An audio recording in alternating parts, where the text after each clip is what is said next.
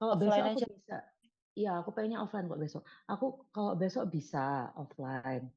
Kalau lusa nggak bisa karena aku jaga sore kalau lusa. Kalau besok offline 2 kelas bisa.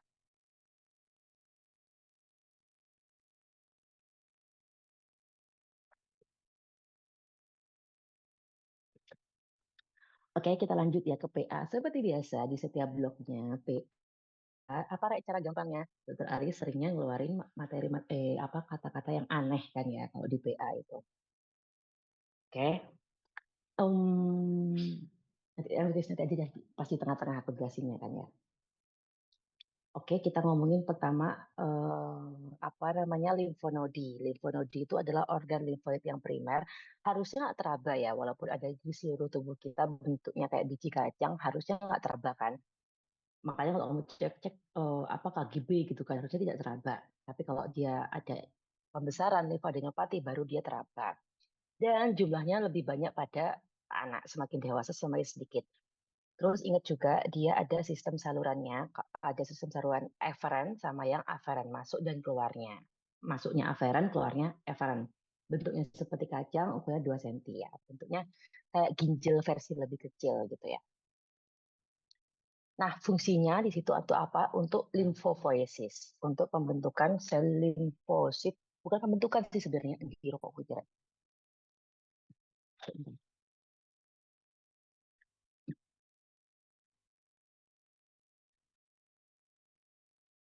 Sebenarnya bukan untuk pembentukan, guys. Sebenarnya lebih ke pematangan ya. Kalau pembentukannya kan di bone marrow sebenarnya ya. Dia pematangan dan tempat nongkrongnya sel limfosit. Limfositnya limfosit T. Aduh, cara itu gak ketemu.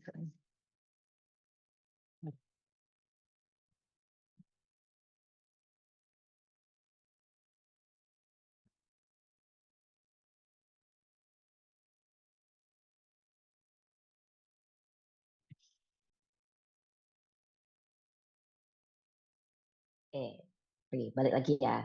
Terus di apa namanya di situ juga semua sel limfoid kan jadi organ limfoid primer ya dari bone marrow. Kalau sel B itu maturasinya di bone marrow. Kalau sel T maturasinya di timus kemarin kan. Terus dia nanti kalau sudah matur akan nongkrong di limfo di sel di jaringan limfa ya. Bisa di KGB kalau misalnya ada antigen datang atau bisa di limfa atau spleen atau di mark. Contohnya di apa ya, tonsil, di appendix gitu. Lupa lupa pakai ini. Nah, sekarang histologinya. Kalau histologinya dari yang paling luar, korteks, parakorteks, sama medula. Ada beberapa yang harus, bukan harus sih, yang harus kamu hafalin ya sebenarnya ya. Yang di bagian korteks, yang di bagian luar berarti di sini, ini yang parakorteks, ini yang medula. Nah, yang di bagian apa namanya korteks di situ ada apa ya? Ada bulat-bulat ini kan.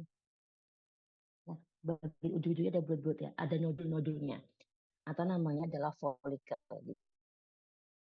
Ingat-ingat. Jadi folikel itu ada di bagian korteks.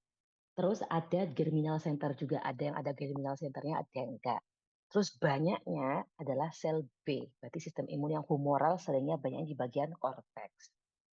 Jangan parakorteks, berarti antara korteks sama medula. Tidak ada folikelnya, kalaupun ada cuman dikit. Yang banyak di situ venula-venulanya atau vena-venanya. Sedangkan medula ya di bagian tengah. Kalau yang di bagian tengah, semua sel ada sel T, ada sel B, sel plasma. Ingat gak sel plasma, sel apa, Rek? Ada ingat gak? Lebih Sel B yang sudah ketemu patogen. sel B yang sudah ketemu sama antigen ya, sudah teraktivasi. Oke, nanti ada hubungannya nanti sama penyakitnya soalnya. Dah, kelainannya kita bahas dulu ada apa aja dari ingatkan kata gue, sesuatu yang akut pasti heboh. Sesuatu yang kronis pasti lebih tidak sakit lagi, gitu kan ya. Nah, terus kalau misalnya ada lokasinya sekarang, lokasinya dibagi ada yang localized, ada yang diffuse. Localized berarti misalnya di leher, cuma bagian leher tok, gitu kan. Kalau diffuse berarti hampir di seluruh tubuh. Pembesaran limfanya di seluruh tubuh, gitu. Nah, kalau yang localized biasanya karena kasusnya apa? Infeksi atau inflamasi di bagian situ. Contohnya di gigi biasa atau di mulut atau di bagian sini ya. akan di sini ke bagian leher biasanya. Jangan kalau difus ke seluruh tubuh, hampir seluruh tubuh, biasanya urusan keganasan. Contohnya apa? Limfoma biasanya. Terus dari ukurannya, kalau ukurannya kurang dari 1, seringnya adalah benign ya, bukan ke arah keganasan. Kalau ukurannya besar, lebih ke arah patogen gitu ya, lebih ke arah keganasan atau inflamasi yang berat. Terus kalau dipegang, tender, kalau dia apa namanya sakit gitu ya, dipegang sakit, biasanya dia lebih ke akut. Kalau dia nggak sakit, berarti dia lebih ke yang kronis. Terus kalau dia hangat, biasanya infeksi yang akut, infeksinya bakteri akut kalau yang hangat. Teksturnya, kalau dia fluktuasi, kayak bernanah gitu ya, lagi-lagi biasanya akut. Kalau keras, biasanya kronis atau ke malignansi. Oke. Kalau yang diantaranya berarti akut gitu ya. Fiksasinya, kalau mobile berarti dia sesuatu yang benign. Kalau dia fix atau immobile berarti sesuatu yang malignan. Terus ini diingat-ingat ini ya urutannya. Kalau misalnya KGB yang membesar di daerah leher atau apa namanya, di daerah leher ya, occipital atau leher, biasanya dia adalah apa ya, kayak infeksinya atau kankernya di daerah kepala sama leher. Contohnya esofagus atau tiroid atau karsinoma nasofaring gitu ya. Biasanya yang KGB yang membesar di daerah sini. Oke. Kalau KGB di mana? Supraclavikular atau infraklavikular berarti di sini ya biasanya yang bermasalah atau infeksi atau kankernya dari daerah torak atau di abdomen juga bisa. Kalau aksilar paling sering mana? Mami atau bagian atas, bagian torak bagian atas. Sedangkan inguinal, yang KGB inguinal biasanya filtrasi dari kaki bagian bawah. Gitu. Jadi misalnya kamu kena infeksi bagian kaki bawah, berarti KGB apa inguinal. Atau misalnya infeksi saluran kencing atau ke genital, ya KGB inguinal biasanya bermasalah. Yang muncul. Nah, kita ngomongin pembesaran KGB, namanya adalah limfadenopati, tapi nggak spesifik ya, namanya juga pembesaran KGB. Berarti penyebabnya bisa karena apa? Bisa karena proses reaktif. Proses reaktif itu berarti ada infeksi gitu ya. Berbagai stimulus maupun eksogen atau endogen, bisa infeksi, bisa inflamasi. Nah, harus kamu cari tahu juga kan usianya berapa, lokasinya di mana. KGB membesar berapa, jumlahnya berapa. Terus ingat ini, klinis yang menyertai. Ini kita bilangnya B symptom. Ada demam, keringat dingin di malam hari, penurunan berat badan yang nyata. Biasanya kita curiga ke arah keganasan kalau ada B symptom itu ya. Nah, sekarang kita perhatikan di sini. Diffuse lymphodenopathy berarti kalau limfadenopatinya pembesaran KGB-nya hampir di semua tempat di seluruh tubuh. Ada yang reaktif berarti kan karena inflamasi atau infeksi, ada yang neoplastik berarti ke arah keganasan. Kalau yang karena infeksi atau inflamasi, berarti kamu pikirkan sesuatu inflamasi yang di seluruh tubuh nyebar dong. Contohnya berarti apa? Penyakit-penyakit kayak SLE, lupus, penyakit-penyakit autoimun lainnya. Kalau infeksi karena Epstein-Barr, karena sitomegalovirus, karena HIV. Nah, sedangkan yang neoplastik sekarang, tadi kan aku ajarin kalian ya, Rek. Kalau kanker pada sel darah putih namanya apa tadi? Leukemia. Kan ya, apa namanya kanker sel darah putih. Leukemia tadi ada berapa jenis kata korek?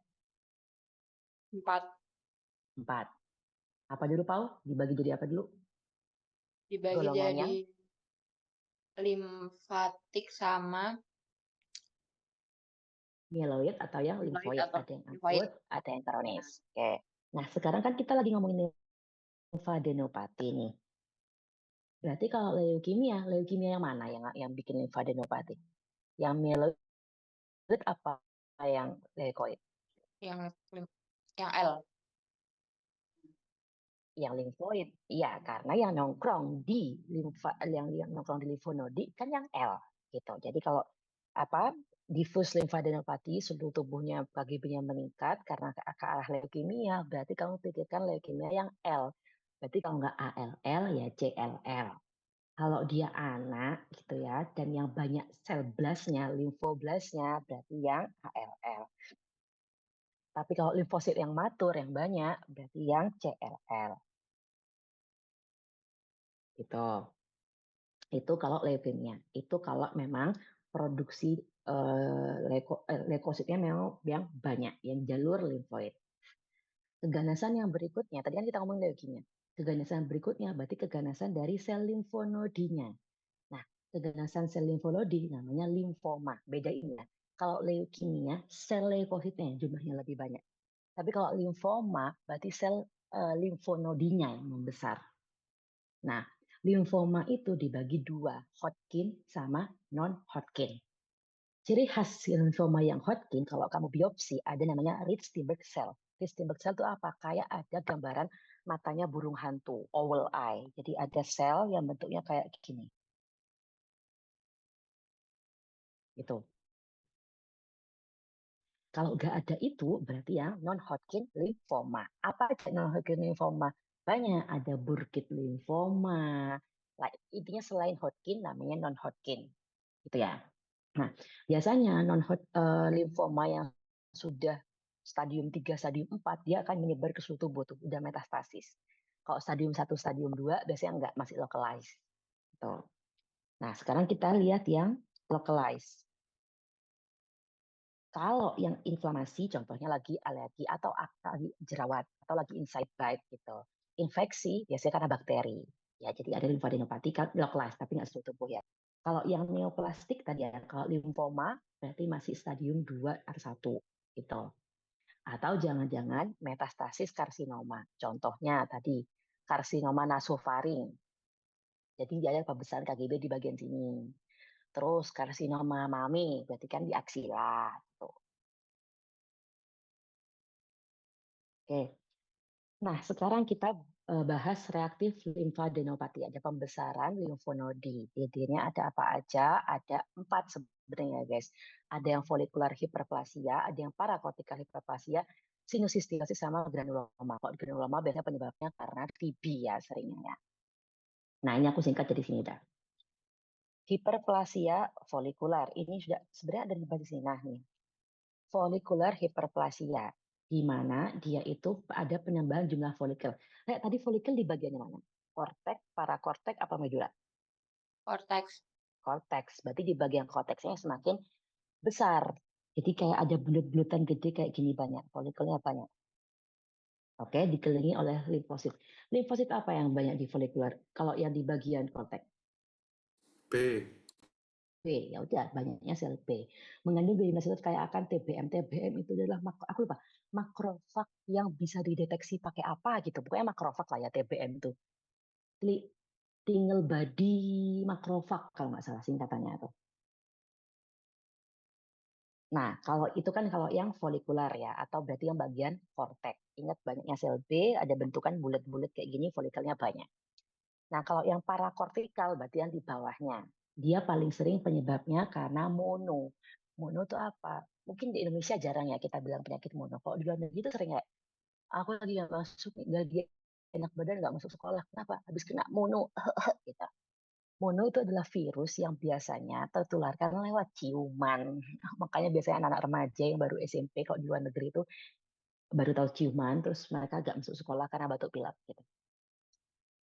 Nah, kalau di parakortikal berarti antara korteks sama si medula, yaitu penyebabnya paling sering tadi karena mono tadi ya.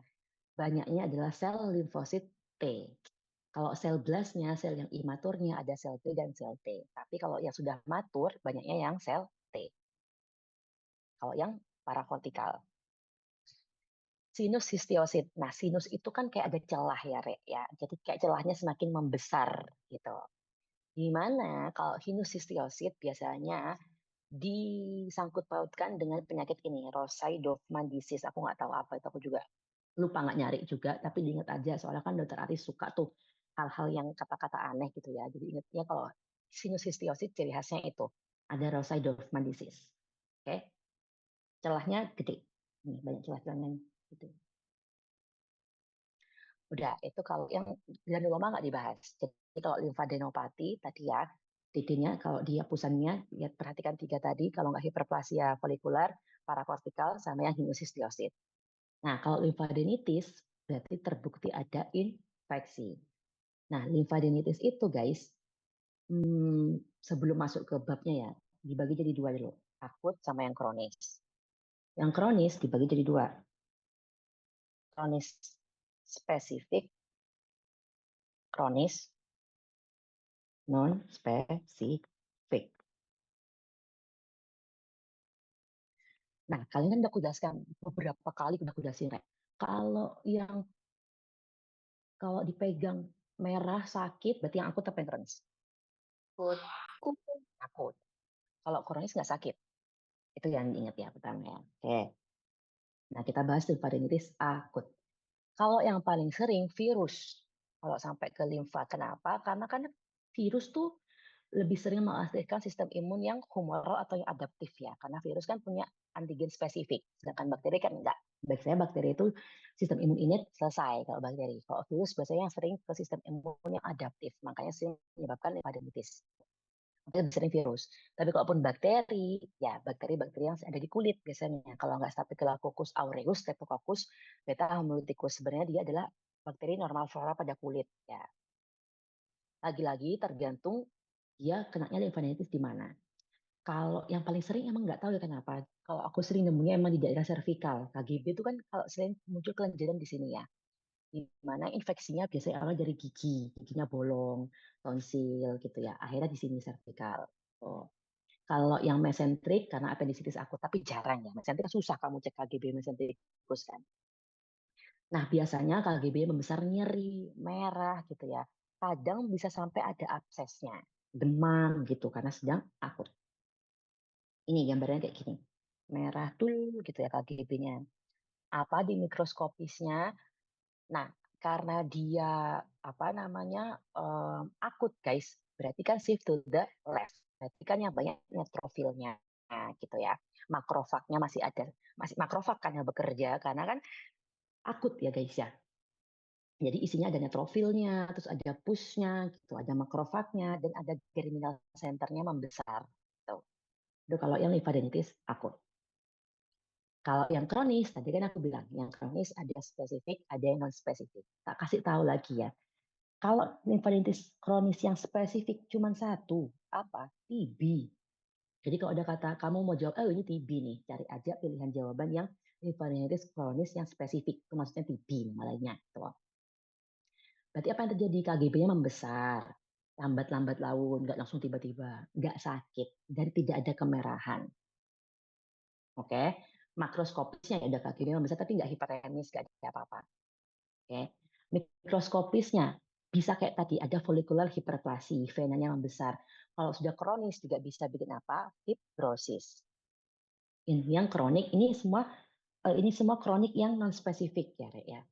Kalau kronik yang spesifik kan aku bilang tadi khas punyanya TB. Lagi-lagi kan aku selalu bilang kalian di blog manapun kita akan ketemu sama TB ya. Nah, ini khas punyanya TB. Limfadenitis TB adalah TB ekstraparu yang sering muncul, di mana paling sering di leher, ya, di triangle posterior. Apa tandanya? Tidak sakit, tidak sakit, ada muncul belundukan kayak gitu ya, tidak sakit, dipegang pun nggak hangat, ya, nggak nyeri. Nah ini ciri khasnya Rek. Kalau pecah, ya, ada sinus-sinus tuh kayak jeglongan, kayak ada apa ya, kayak ada apa jeglongan, ulkus, kayak ada ulkus kayak gini loh. Nah, ini adalah namanya skleroderma. Nah, sering kita sebut limfadenitis tuberkulosis itu sering kita sebut dengan cold abscess. Kenapa? Abscess itu kan harusnya dipegang hangat gitu kan, merah. Dia enggak. Bentar ya. Halo? Halo? Halo?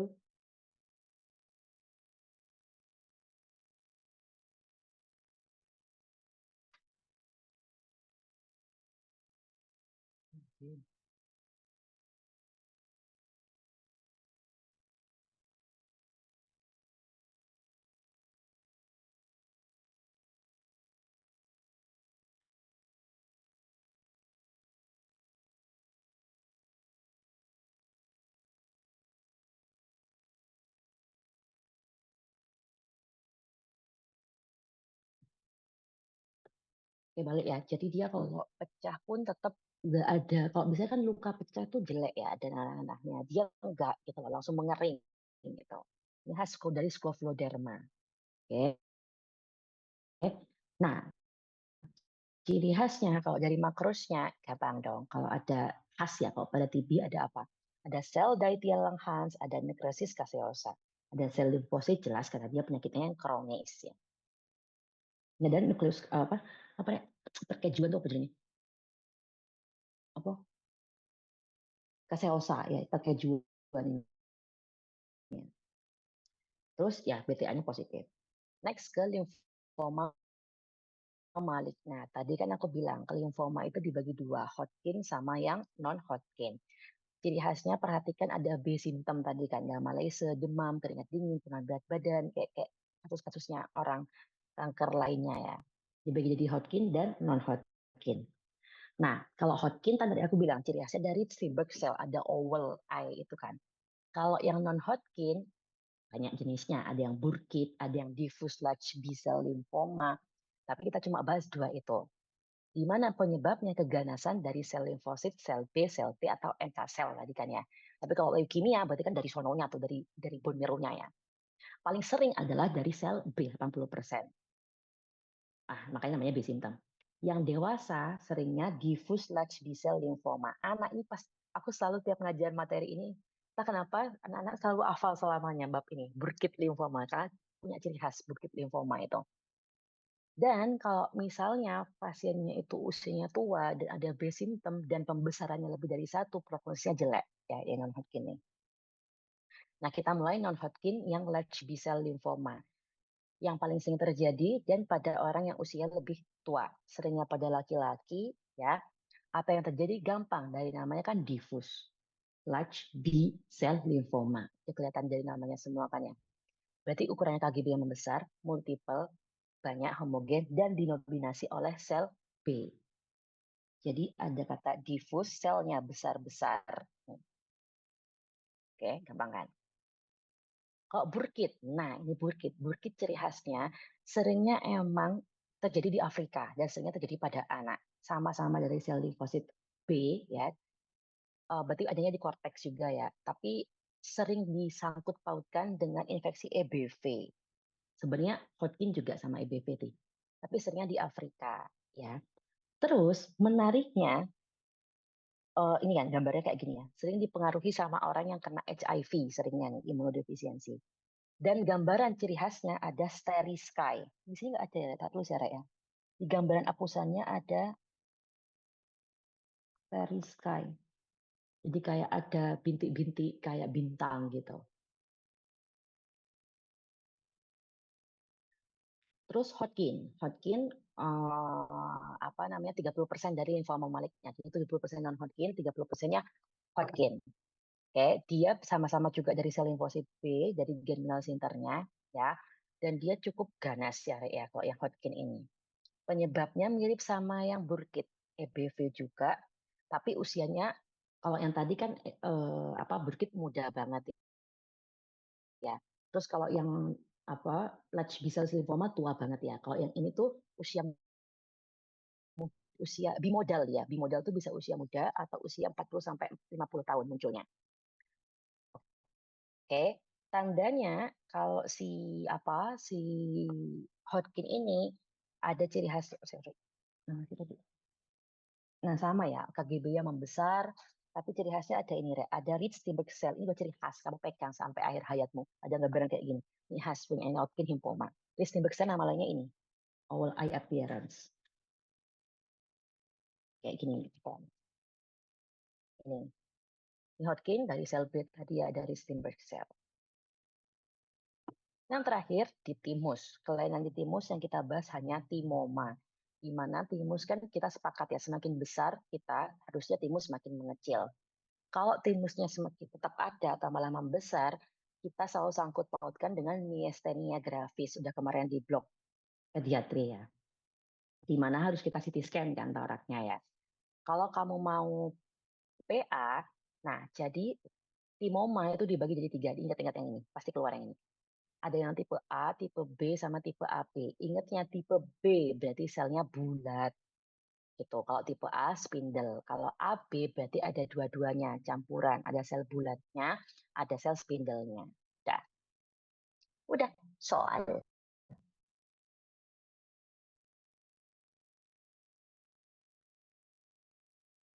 Apa, Inguinal. kenapa inguinal? Soalnya di telapak kaki. Bener. Yud.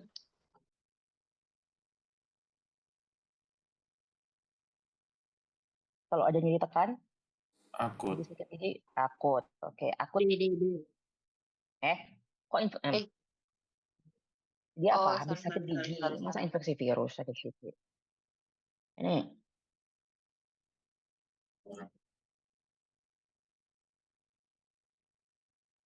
Kronik. kronik yang apa? Non spesifik. Oke. Kalau yang spesifik apa? Tuberkulosa ya, TB kan. Ini, sorry.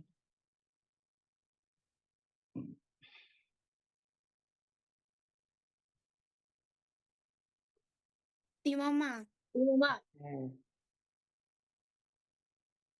Nih,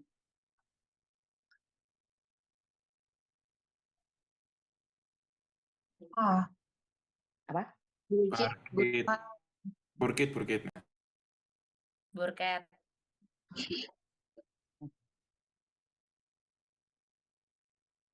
Apa nih? Pernah batuk lama. TB. Minum obat sambil TB, CCC. Ingat nama lainnya kalau nggak ada TB berarti ya limfaditis kronis spesifik. Apa tadi? Sering disangkut pautkan sama apa? Mendasari apa? EBV.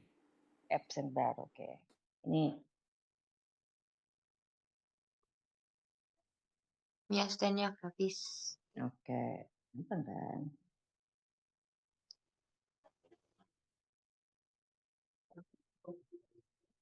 Pernah batuk lama, nggak minum obat. Tadi ada apa tandanya?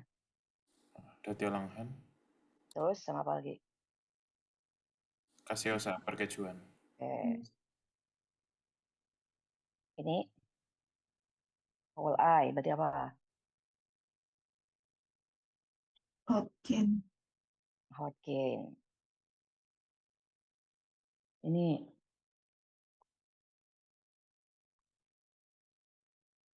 AB. AB. Ini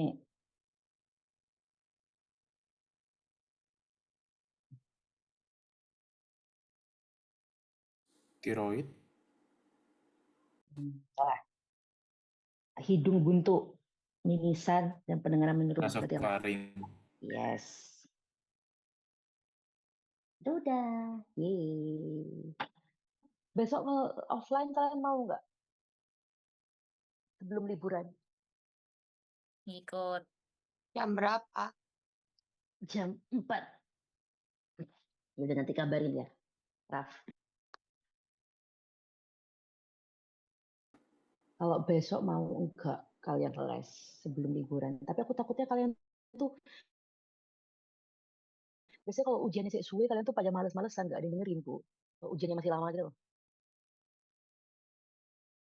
Tapi kalau mau nyicil ya nggak apa-apa. Oke Raf, nanti